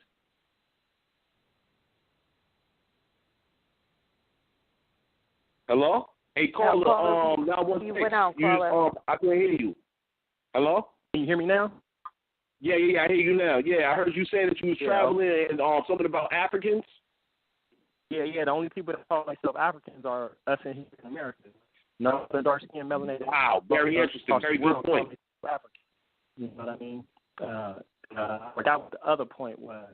As far as the school and stuff like that, as far as the homeschooling and things like that, like with this new education officer or whatever, DeVoe, who's for charter schools. Oh, yeah, right, DeVoe, right? Yeah, we need to get in. We need to get in and start our own schools and stuff like that. Depending on the public school system to educate our children. So this is the opportunity. There's always a silver lining. You see what I'm saying? Absolutely. So you're absolutely right, my man. Yo, I agree. Yeah. We generally speaking, we got a lot of work to do, man. You know what I'm saying? It's not just these foreign convicts. That's what I'm calling them. All right, coward season is over, my man. We gotta identify these people the same way Steve Coakley did in his initiative when he was president. You know what I'm saying? We gotta identify these people so that we can know wherever we are. We must know who and what we're dealing with. Now, history is very detailed, but the thing is, the history in which they provide our children, we was once children. When I was in school, history class was boring as hell. I hated history class. It didn't make no sense to me. No, because it doesn't make sense, because they're lying. Yeah, it's by design. It's by design. When you're a child, you're not thinking that this is a design. You're just thinking like, yo, what the hell are you talking about? Come on, it's like, yo, what are you talking about, man? Like, yo, George Washington, Christopher Columbus sailed the ocean blue to discover the Americas. What are you talking about? There's only people here. Yeah, exactly. But you said you're out there in L.A., right? Yeah, I'm in L.A. Okay, yeah, I'm gonna be linking up with you real soon. I'm up here in Sac, so we're gonna be linking up. Trust that. Man, when you see somebody rocking that Africans T-shirt, you know what's up. Mhm. You know what's up. You know what it is. You know what I'm saying? When you see that A4, because we got new shirts coming out soon too. You know what I'm saying? Okay. But like when you see people wearing that Africans T-shirt, that's good people right there. Yeah, I already know. I've been like I said, I've been up here in Sac putting it down, holding it down for us. We need to get some shirts up there in the Sac too, though. We need more people in Sacramento rocking them shirts too. You know what I mean? Mhm. You still on there? Oh yeah. What's up, bro? What's going on, man? Yeah, I'm listening to y'all. So yeah, keep up the good work, y'all. Much appreciation to you. Much gratitude. Yo, continue listening, my man. Like, yo, if there's anything you want to add, feel free to let us know. You know what I mean? But we're going to continue with the show. We got like, what's this? 39 minutes remaining. All right? Yeah, for sure. Check this out, right? When these foreign convict slaves, because they were convicts and slaves, let's not leave that out. We got to deal with the reality of the situation here. These people were scheduled to die in their own land. Now, the trip from England, Britain, and Europe is much different than a trip coming from Australia or India, this place called India, Hindustan, Pakistan, and all of that. Very different trip here. Where, you're dropping people off, picking people up, and you're taking them further for these people to be sold into labor camps, because that's what penal colonies was all about. Penal colonies was all about labor. Now, these people, when they arrived back then, what they engaged in was not only identity theft, but primarily changing their name, hence identity theft. Now, something I want to introduce to this conversation is the Indian Removal Act, introduced by Andrew Jackson. Phoenix, I know you know about that. Safa, are you aware of the Indian Removal Act? Oh, yeah, I mean, it directly affected my family. Yeah, of course. Yo, affected mine. Yo, affected all of us, man. It's fucked up. It's bad. Like, they sent these slaves over here not only to exile them, but so they can colonize. So they can push us out and away. Instead of these people being killed for whatever they had done wrong in their countries, they were sent here so they can kill us. Hence the Indian Removal Act. Hey, can I add something to this too? Huh? Can I add something to this real quick? Oh, go for it.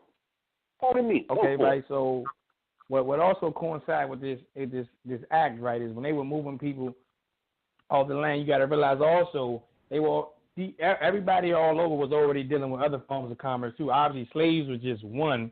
Now, you also had other things they were trading off too. And what they did was everybody that lived in the Cherokee region in South Carolina, Georgia, and all that, when they moved them out of there, they went in there and strip mined that place. That's why they needed a lot of them people out of there, because they went in there and took so much out of there, just completely drained the land out there. They did it on the West Coast too in Arizona, which is why you got the Grand Canyon in today. It's basically, it was a flat land. It's got a big ass hole in it. They're going to run like 18, 19 miles deep. That's why. When you see that going out there in Arizona, there's no canyon or that canyon is not natural. They dug that out. They went in there, and they cut that out of there, got in there and took all that shit out of there that they needed, all those different minerals. I think I posted in the group one time that they said out of the 2,000 minerals naturally produced all over the world, 804 of them are produced right there, naturally produced in the borders of what you call Arizona today. So for all this shit about people keep running their mouth about how Africa got all these goddamn resources, the little so-called state of Arizona naturally produces 804 of the world's 2,000 naturally produced minerals right there in Arizona. Man, that's why you have a Grand Canyon today, because they went in there and they stripped it. I should have got one of our geological members that's in the Africans Facebook group on tonight with us, man. I wish I could have got him, because he is very familiar with subjects of this nature right here. I'm seeing that we have a question pertaining to who was a mulatto. Now, in regards to the mulatto, this is what I'm aware of.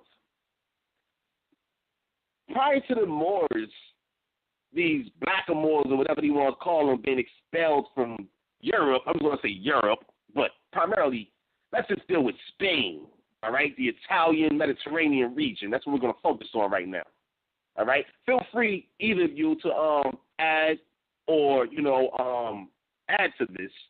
Now, in regards to the mulatto, these were, generally speaking, some very mixed up and confused people, genetically. Am I lying? Currently, for the most part, it's always a battle. Originates from, right? Like, mulatto is not exclusive to us over here. Like, mulatto is what our babies look like when they're initially born. Like, our babies go from having a light complexion to a dark complexion, and vice versa. And it's just natural. Versus being bred. Mulattoes were bred in other regions. This is a part of usurpation. Especially in Central America. Definitely, yeah. Anybody's ever been down there, know about the slave houses down there, the breeding zones down there. They were manufacturing that down there. That was like being created. Hold on. Before we even go to South America, though, I mean, I'm saying I like to deal with the point of origin. The point of origin, okay? Now the Moors was over there, or Muslims, Mohammedans, whatever they want to call themselves over there, right?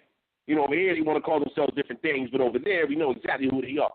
Now, over there is a guy by the name of what's his name? Gaddafi. You mean Libya? Gaddafi was he a mulatto? I'm not certain. I really don't know. He looked like a mulatto, right? Yeah, I mean he has some features, but then he has some other features. I mean, he very much well could be. They dominate. Like I said, they dominate the area over there because you're going to naturally see that because you're moving slaves in, and then when you move them in, they breed, and then they create a large percentage of what you see on the border. So it's like that everywhere on these border countries. They still Libya being one of them. Yeah. Those Turkish North, quote unquote, North African features. That's generally what they look like. Man, but hold on. These people were strategically bred and put in positions of power and influence to rule over the indigenous people. That was the purpose of the mulatto. The origins of the mulatto, as we have seen right here in the Americas, because this is what happened to the Incans. This is what happened to the quote-unquote Aztecs. The Portuguese, the Spaniards, this, that, and the other, these convicts that were soldiers. We had foreign individuals that were bred for positions of power. It just wasn't a random soldier that impregnated or raped and impregnated an indigenous woman and their offspring became the future ruler. What, 10, 20 years down the line? No. See, you know something that pisses me off about these Pan-Africans is they don't never talk about the fall of Egypt. They always love to talk about Egypt, but they never want to talk about how Egypt was destroyed. They never want to talk about it. Well, to be honest, the Moors is a whole other story. That's something we definitely need to touch on before we get off this phone. Oh, well, we'll go for it, my man. What's up? Let's get into it. All right, well, what do you know? Well, before you get into that, Phoenix. My bad, Safa. Before you get into that, Safa, let me just touch on the mulatto. Okay. Mulatto. He was mulatto. Certainly, he was mixed with something, and he hated it. Also, Abraham Lincoln, Thomas Jefferson. In the 1850 census, they had no category for Indians. So if your ancestor looked a specific way or they didn't like the way they looked, or as Indian as they were more than likely recorded as mulatto or black. And that was to represent that they were Indian. So, and you can be dark as night, and that's exactly what they were doing. So you have those censuses going backwards. They didn't have a category for Indians, especially the ones that were not on the reservation. So, and I think we were discussing this earlier with the Indians not taxed. So those not taxed or living, which were living on the reservations, they weren't to be enumerated for the categories for race. there was only 3 options, and it was white, black, and mulatto. So generally, as Indian as they were, they still got recorded incorrectly, and it was up until that point. All and by design. Still, yeah, all by design. All by design. And I as didn't time know- goes on, you see. More subject matter though, because why in my mind, okay, from what I have studied, they sent these foreign individuals that looked similar to us. They didn't send the pale skins in initially amongst us. Well, our ancestors were killing upon approach. If they were the initial Europeans, then there has to be some sort of collusive effort. This is what I mean. There is a absolute role that they would have had to have played. If they were the seafaring people that looked like us and may have done business back and forth with us, how did they get here?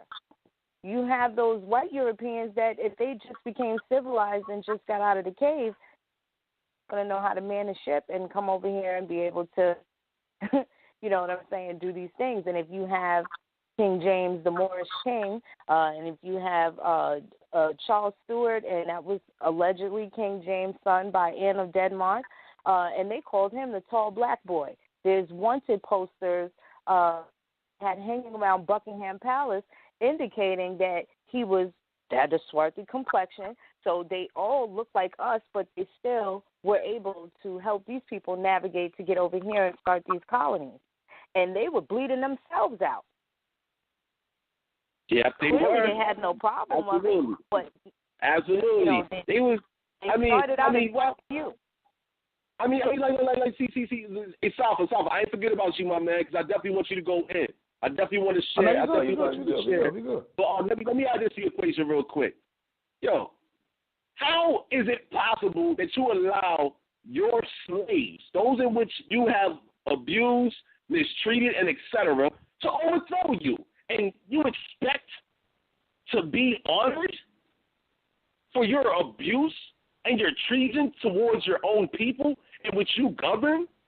How can you expect to be appreciated right here, right now? And now you want to claim our identities here in the Americas. That's a problem. That's a serious problem. These are foreign convicts. They were sent here because they was exiled from their land for committing whatever crimes. They was engaged in criminal behavior there, therefore they got sent away. The penalty was either death or get out of here. But since you got out of here, now you're going to work for us. You're going to be our slaves. You're going to be our servants. You're going to kiss our ring. You owe us taxes, and we allow you to live. Now, that is what has happened in summary. All of these foreigners. We see how they live amongst our people. We see how they behave. There's nothing dignified about none of these people. These are not dignitaries that they place amongst us. Please pardon me. It's Safa. Yep. My man, go for it. All right, so when it comes to this whole Moors thing, right, and all of that, first, it's a couple parts you got to look at with this whole thing. Number one, you got to look at history. History itself, you can't really determine too much of what's going on based on history, because history is essentially religion. It's just like science. When they tell you, like, for example, in science, they tell you the sun is 93 million miles away. That's religion. That's a belief. They'll never prove that. You just believe that. It's just a belief. When you hear stories about, in the 1300s, Moors, there's no proof for that. It's just a book, and you got to realize that the Europeans write those books. If supposedly Moors taught Europeans how to write, then where the fuck are your books at? Good point. The reality of the situation when it comes to Moors is this. Before Noble Drew Ali, who was a Mason and a Shriner and learned the Delima. The Delima is a little set of group of people that are a Mason set. All of them are Germans, but what the Delima is, they deal with the Turkish shrine and all that Ottoman stuff. And again, you got to realize the Ottomans, or so-called Ottomans, are basically just like the group of people that ruled over in Turkey, that split Turkey and Armenia up, and they ran slaves all through that area. What you call the Turks today, the Turks and Armenians really the same damn people, but they just speak a different language now, sort of like the Ethiopians and the Eritreans and all of them. So they had this. That's where we get the feds and all that shit from them people over there. It's not from no damn nobody over here, nothing like that. That's from them. The same way you see a damn Christian wear a cross on his neck is the same way you see these people wear that thing on their head to represent that caliphate that was over there, that Muslim caliphate. That's why they wear that fez. But now, when you talk about these people that call themselves Moors, without Noble Drew Ali, there would not be a person in this country who calls himself a Moor. Noble Drew Ali brought that to them, but that was given to Noble Drew Ali. You got to realize Noble Drew Ali is no different than any other person that learned under a Masonic organization and came out or was pushed out to indoctrinate people. So you got to be careful about trying to take a history that's written down and trying to apply it to a group of people who just woke the fuck up one day and thought that they were just some shit that was in a book. They not really like foreign invaders. Not these people. These people, they don't know who they are. They just, 9 times out of 10, they just the same people from here. They just believe some shit. Right, you know what I mean? They're not foreign. Anything that somebody put in front of them, man.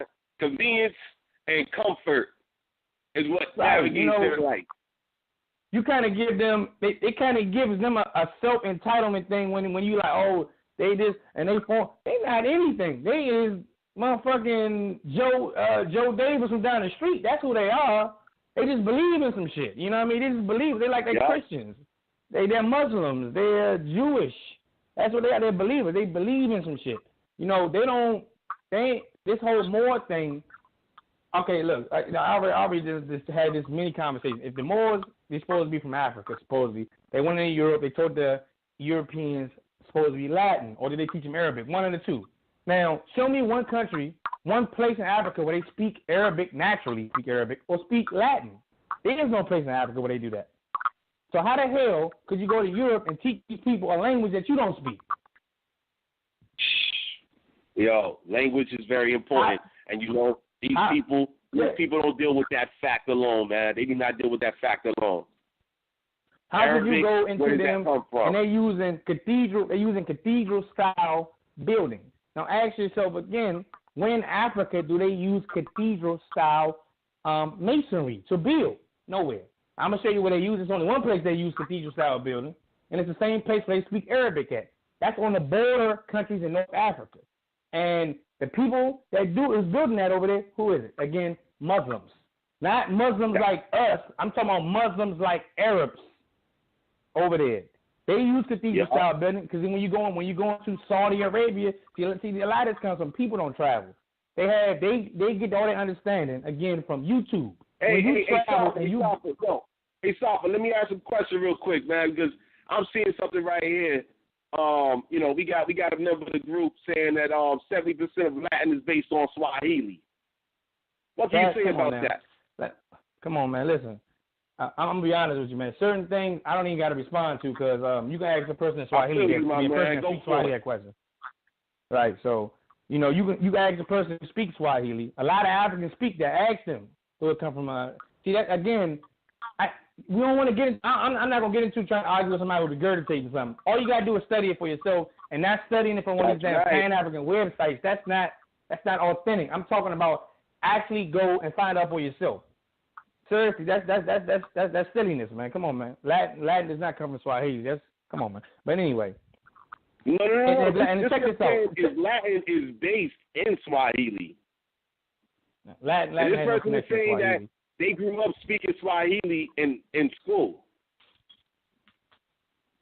Anyway, I just wanted to add that. How about this? Ask yourself this. Ask yourself this. Hey, look, hold on. Hey, look, Tony, ask yourself this. Say that what he's saying is true, right? Say that Swahili or however he go, right? Again, why didn't they teach him Swahili then? Why didn't they teach? They didn't bring any part of their supposed culture that they had in Africa with them over there. Nobody in Europe speaks Swahili. Conquered people do conquered things, my man. That's what I say. Conquered people do conquered things. You know what I mean? You know what I'm saying? These people just believe. And when you believe in something, the end of the day is your belief is way harder than a fact. That's just a reality. Without Noble Drew Ali, there would not be a person in this country that called himself a Moor. That's a reality. Anybody denies that, they just denying the facts. Noble Drew Ali was basically taught under a bunch of Shriners that were noble to the Turkish shrine, and all these other niggas is loyal to the Turkish shrine. That's a reality. I don't give a... You know what's interesting about Noble Drew Ali? What's interesting about Noble Drew Ali, from my perspective, is he abandoned his true ancestry and became a foreign what is it? He became a foreign goddamn slave. He subjected himself to foreign ideology. He did that himself. He abandoned his true ancestry. He wasn't from what I was informed of, he was not from no goddamn Persia. He wasn't from no damn Africa, but he decided that, yes, I want to be in support of Persian, this African Islamic society, and therefore we're going to become Moors. And I want to inform everybody to be like me. Yeah, he's an agent. He works for the group. I mean, that's his. He just does his job. Of course, you know he's not from Persia.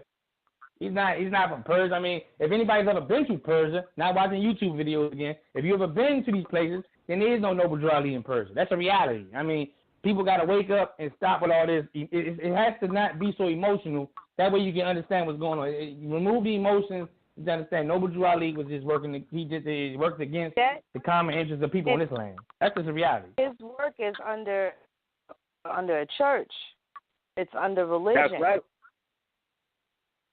They're not on the 2020 census. When that comes around, there's not going to be a slot for Moors on there. No, it's not. Nor was there ever one. Exactly.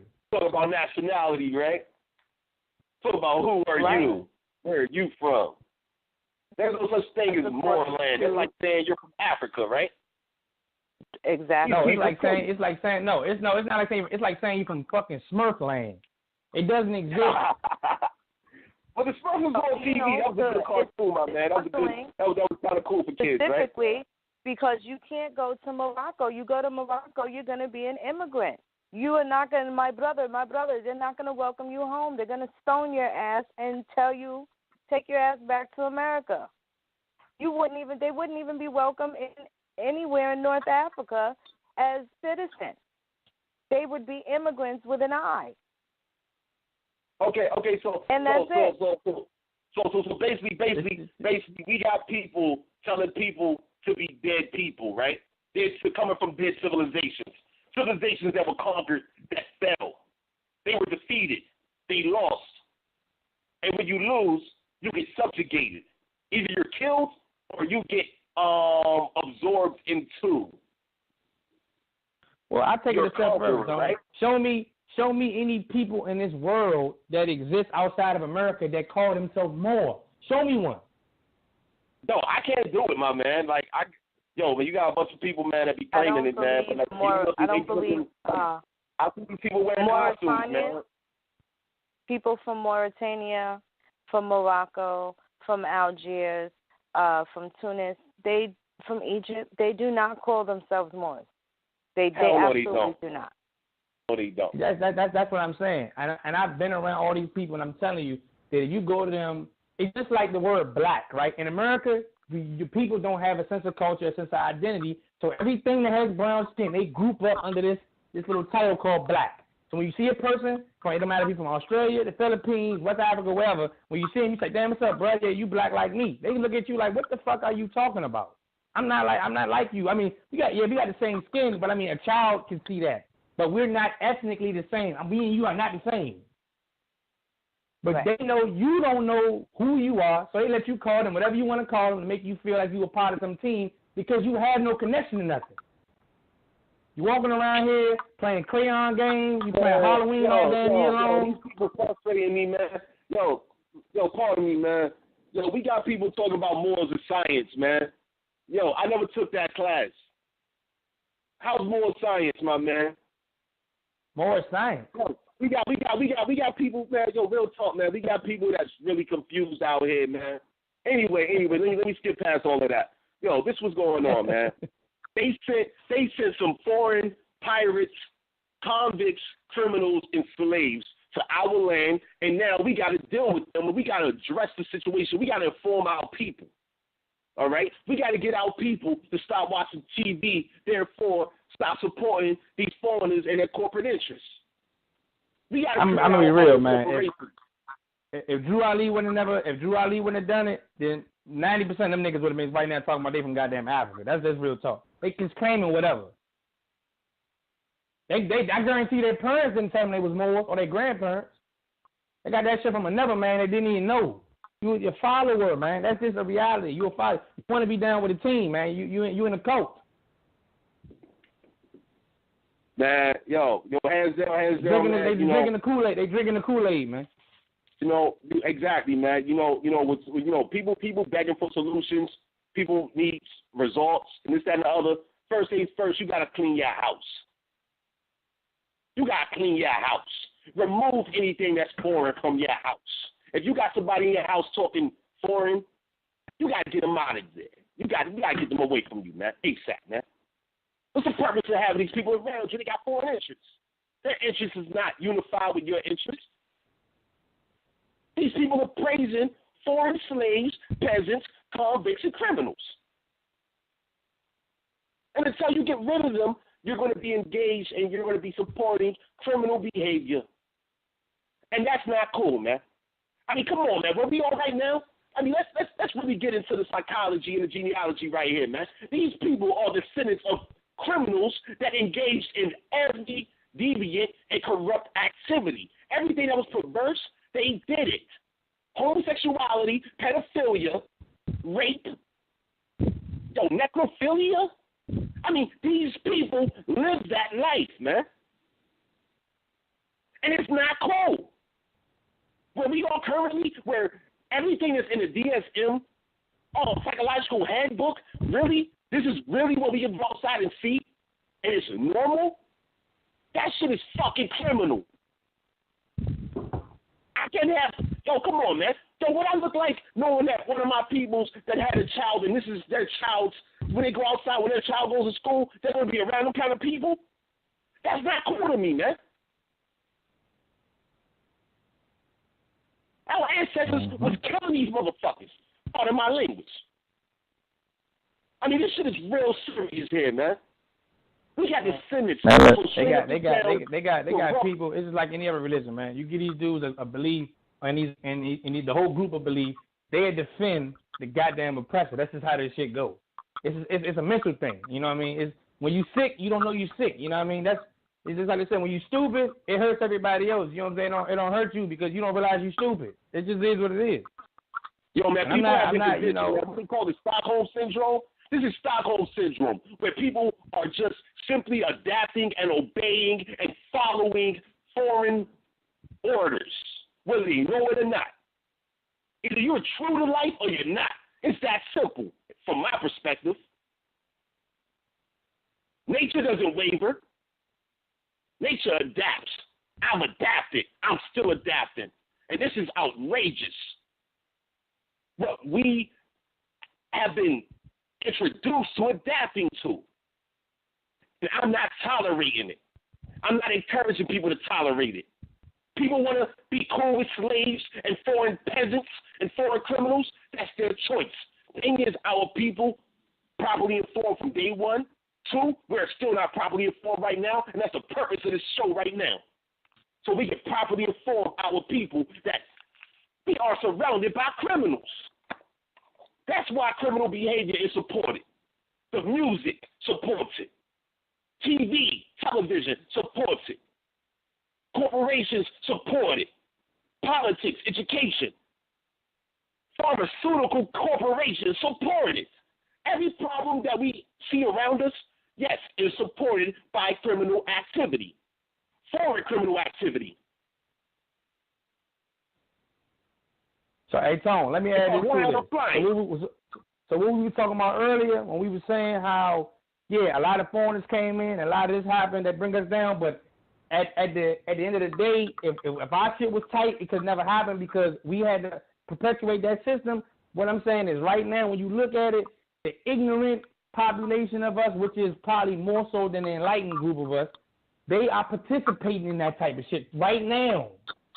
I believe but this by design, though. It's by design, my man.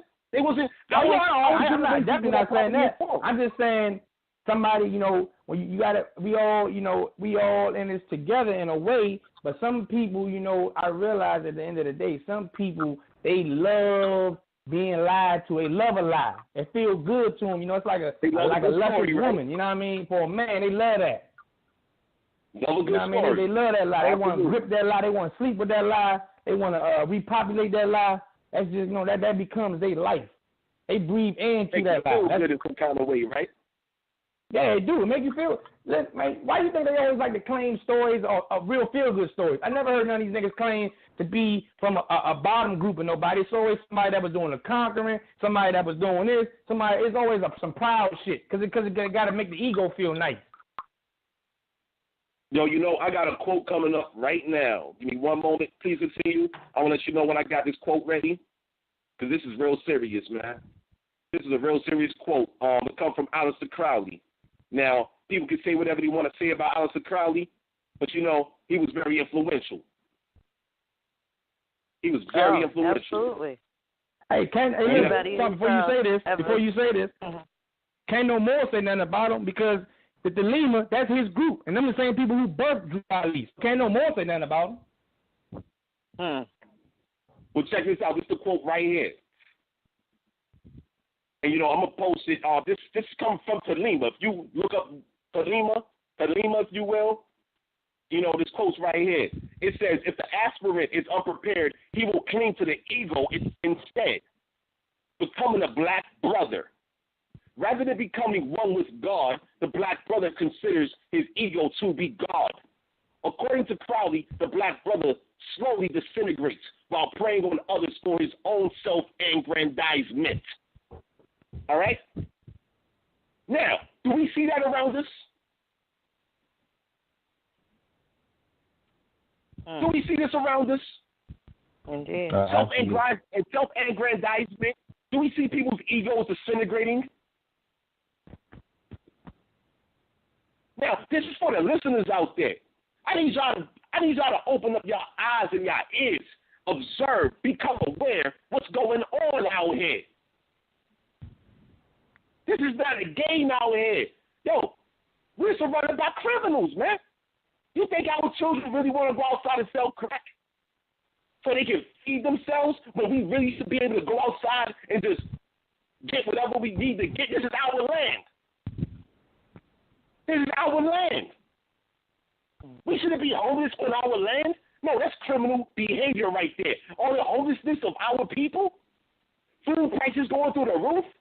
Who profits from that? Foreigners. Foreigners profit from all of this. We don't profit from overpriced food, overpriced housing. Meanwhile, these foreign criminals know what they're doing. They're stockpiling guns. They're training themselves. These are all descendants of mercenaries, foreign soldiers, convicts. They work together. Therefore, we got this criminal organization, this criminal syndicate, and it is alive and well as we are. And the thing is, we need to know not only law, but we need to know ourselves, each other, where we are from, and what the fuck we are doing. This is not about talking about it. This is about being about it. And this is for the listeners out here. My name is Antonio. I say coward season is over. We got a duty to ourselves. We got a duty to our land. We got a duty to each other. And we got to get this good work done. Otherwise, what the fuck is the purpose of living and existing? What is it? People want to be out here fucking supporting the goddamn Super Bowl? Are you fucking kidding me? You watching niggas smack each other on the ass wearing tight pants? And like, you cool with that? Are you seriously cool with that? Knowing they work for some foreign slave, some foreign convict that don't care nothing about those players that you know all the stats about. You know all the stats about these foreign, all these foreign contract or athletes, but you know nothing about your own ancestry. How do you really feel? Coward season is over. Scum season is on. What's good? Let's get it in. Let's get it in. Our daughters need our support. Our daughters need our support. Our sons need our support.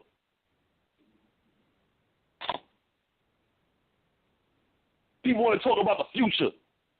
What future if you ain't living and preparing for it right now? What are you investing in? What are you really investing in? What, a monthly cable bill? A 70-inch screen TV, HD? A new car? Going to the club? Going to church? What does God and Jesus produce for you? What does Allah produce for you? Allah is Allah. How about that shit? Let's talk about it. They love it, though. They love it. They love it. It's like McDonald's. And then when McDonald's say, I'm loving it, and they show you pictures of people that look like you, these paid actors. Paid actors, contract whores. That's what I call them. I'm loving it ass niggas, right?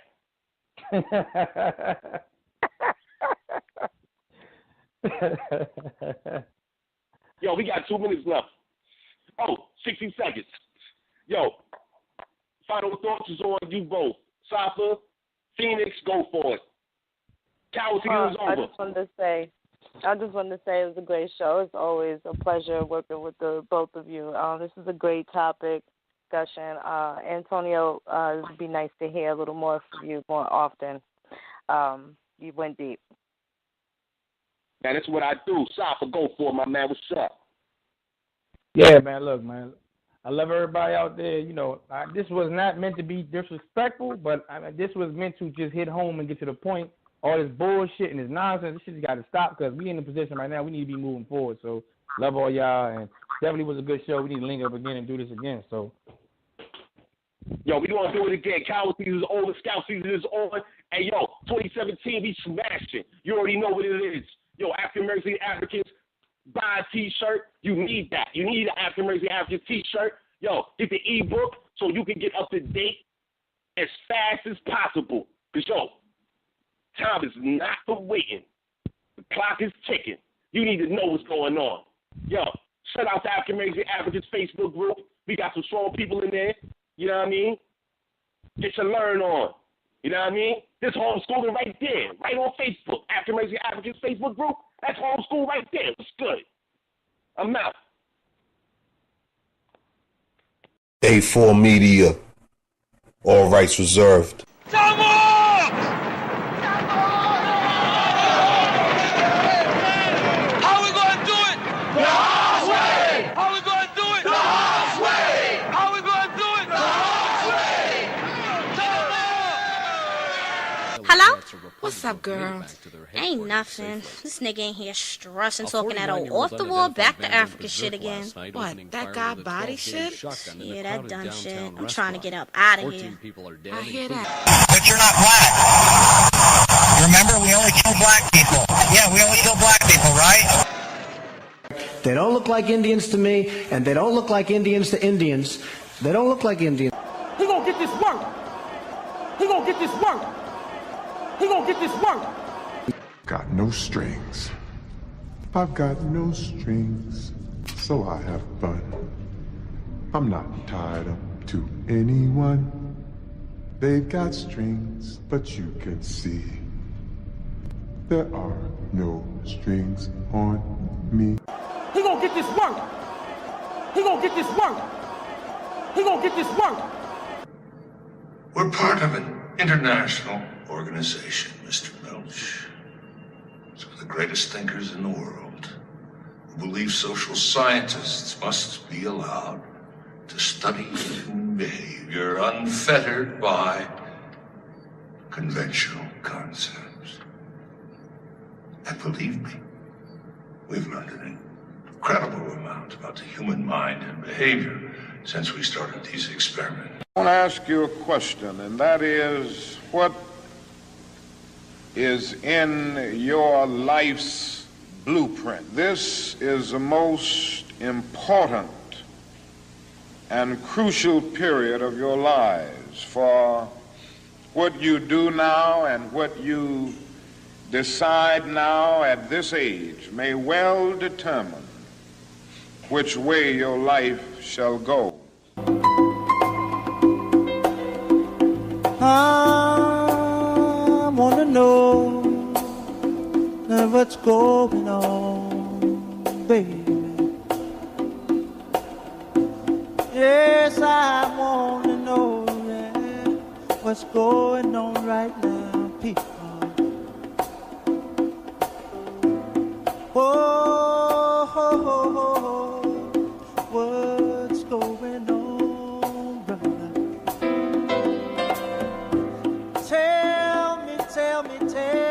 Tell me, yeah, what's going on? All right.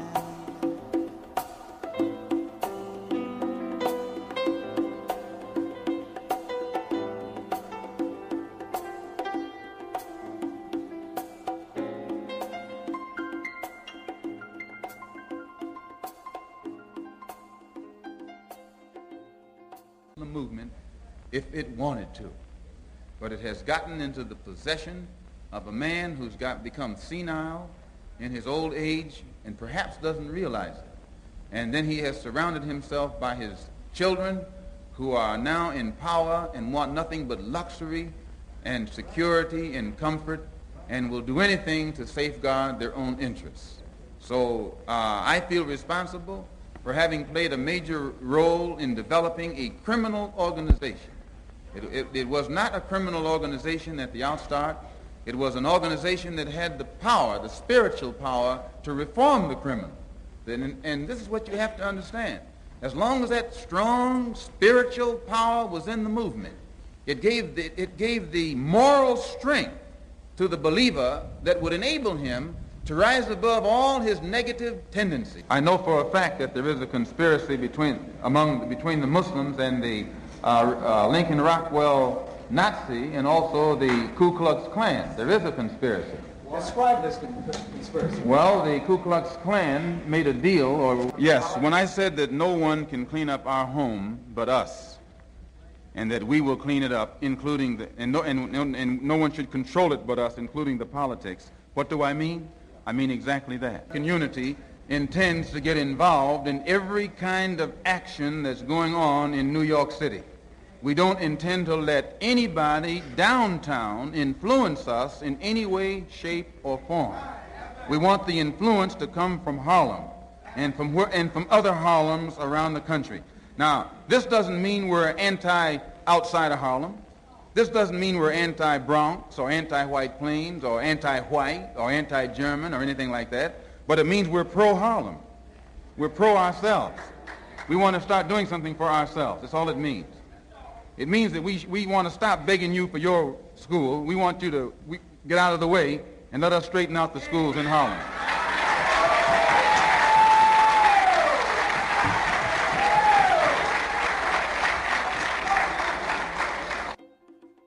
He gonna get this work. He gonna get this work. He gonna get this work. Come on! But you're not black. Remember, we only kill black people. Yeah, we only kill black people, right? A4 Media, all rights reserved.